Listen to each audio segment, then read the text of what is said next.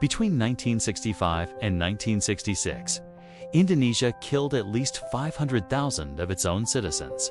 Some estimates say 1 million. They were teachers, farmers, union workers, artists. Their crime: being suspected of communism. The United States didn't just watch, they provided the names. This is one of the largest mass killings of the 20th century, and almost no one in the West knows it happened. This is the story of Indonesia's hidden genocide and the American role they don't want you to know. Indonesia, largest country in Southeast Asia, 17,000 islands, hundreds of ethnic groups, colonized by the Dutch for 350 years. 1945. Independence declared after Japanese occupation. Sukarno becomes founding president. Charismatic, anti-colonial, nationalist. Cold War begins. US and USSR compete for influence. Sukarno plays both sides, non-aligned movement. Takes aid from both superpowers. But domestically, leans left. PKI, Communist Party of Indonesia. Founded in 1914, one of the oldest in Asia. By 1965, 3 million members. Largest communist party outside Soviet Union and China. Legal elected representatives in government. Strong in unions, peasant organizations, women's groups. Also, cultural organizations, artists, intellectuals. The US was terrified. Indonesia, 100 million people. Strategic location, oil, rubber. If Indonesia fell to communism, domino theory. CIA had been working against Sukarno for years. Failed coup attempt in 1958, US involvement exposed. But they kept trying. Night of September 30th, 1965. A group calling itself the September 30th Movement kidnaps and kills 6 army generals. Claims to be protecting Sukarno from a military coup. What actually happened is still debated. Was the PKI involved? Evidence is thin. Was it an internal military dispute? Possible. Was the CIA involved? Documents suggest knowledge. What happened next is not debated. General Suharto, not targeted, takes control. Blames the entire Communist Party for the coup. The army propaganda machine activates. Newspapers army-controlled spread horrific stories. Communists accused of torturing the generals. Women's groups accused of sexual depravity. None of it was true. Autopsies showed no torture, but the story spread. Fear and hatred deliberately manufactured. Within days, the army begins cleaning operations. The purge has begun. October 1965 to mid-1966, the killing year. The army couldn't do it alone. They mobilized civilian militias, religious groups, Islamic, some Christian, youth organizations, nationalist, anti-communist. Death squads formed across the country. The army provided weapons, transportation, lists of names. The militias did the killing. Methods: machetes, knives, bamboo spears. Victims taken at night, killed in fields, forests, riverbanks. Bodies dumped in rivers, mass graves. Some forced to dig their own graves. Who was killed? PKI members and suspected sympathizers. Union members, teachers, and intellectuals. Ethnic Chinese scapegoated as communist. Women from Gurwani Women's Organization. Land reform activists. Anyone with a grudge reported against them. Entire villages targeted. Families killed together. Children of communists marked for life. The scale, 500,000 conservative estimate. 1 million, some historians argue. 1.5 million imprisoned without trial. Held for years, some for decades. The killing was systematic, organized, encouraged. The United States was not a bystander. Declassified documents revealed deep involvement. Before the coup, CIA had contact with anti-Sukarno military officers. U.S. Embassy compiled lists of PKI members. Thousands of names, down to village level. After the coup, U.S. provided the lists to the Indonesian army. Shooting lists, who to kill. U.S. Embassy checked names off as people were killed. Weapons provided through covert channels.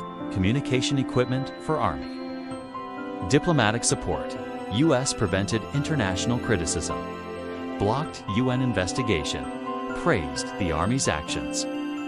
U.S. Embassy cables, now declassified. A gleam of light in Asia. Celebrated the destruction of the PKI. Called it a major Cold War victory. Who knew? President Lyndon Johnson. Secretary of State Dean Rusk. National Security Advisor McGeorge Bundy. CIA Director. No one objected. The killing was seen as a success. Indonesia was saved from communism. Suharto became president in 1967. U.S. ally for the next 30 years, received billions in aid. Opened Indonesia to Western corporations. The relationship was built on bodies. After the killing stopped, no accountability, no trials, no truth commission. The killers were celebrated. Many joined government, military, business. Suharto's New Order regime, 1967 to 1998. 31 years of authoritarian rule. Anti-communism as state ideology. Teaching about PKI only as villains. Survivors marked, discriminated against. Children of communists banned from government jobs, required to report their family history. The silence continued internationally. Western media barely covered the killing. When mentioned, anti-communist purge, framed as Indonesians versus Indonesians. The U.S. role hidden. 2012, The Act of Killing documentary. Director Joshua Oppenheimer. Interviews with perpetrators. They reenact their killings on camera. Proud, unpunished, celebrated, shocked the world. 2017, declassified U.S. documents confirm. Embassy provided names, knew the scale of killing, supported it completely. Indonesia today, no official acknowledgement. Teaching of this period still limited.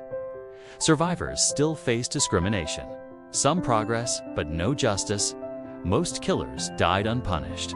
500,000 to 1 million killed. One of the largest mass killings of the 20th century. So why don't schools teach it? The Cold War narrative. We stopped communism. Not, we helped kill 500,000 people. It implicates the United States directly, not failed to prevent. Actively assisted, encouraged, provided names. Easier to ignore. Victims dehumanized by ideology. Indonesia is a U.S. ally. No interest in exposing this history. Billions in trade, military cooperation, comparison. Holocaust, 6 million killed, taught everywhere. Cambodia, 2 million killed, well known. Indonesia, 500,000 to 1 million, almost unknown. The difference, Holocaust, U.S. fought against it. Cambodia, U.S. opposed Khmer Rouge eventually. Indonesia, U.S. helped do it. That's why you never heard about it. Not because it was less horrific. Because the U.S. was on the wrong side. In 1965, Indonesia had a large, legal communist party. Teachers, farmers, artists, union workers, women's groups. 3 million members. Within 1 year, 500,000 to 1 million of them were dead. Killed by militias, armed by the army, named by the United States. The U.S. Embassy provided lists of thousands of names. They checked off the names as people were killed. They called it a gleam of light in Asia. No one was ever punished. The killers joined government, became businessmen, lived free. The survivors were marked, discriminated against, silenced for decades. Suharto ruled for 31 years, a U.S. ally. Indonesia opened to Western corporations. The Cold War was won. And 500,000 bodies were buried in unmarked graves. This happened 60 years ago. Most of the killers are dead now, but some are still alive. Some of the survivors are still waiting for an apology. They will probably never receive one. This is the history that was hidden. The genocide that was useful. The alliance built on bodies. The U.S. has never apologized. Indonesia has never officially acknowledged what happened. But we know the documents are declassified, the testimonies are recorded, the truth is available for anyone willing to look. 500,000 people. They had names, they had families, they had lives. They were killed because of their politics, and the world looked away, remembered them, because their own country won't.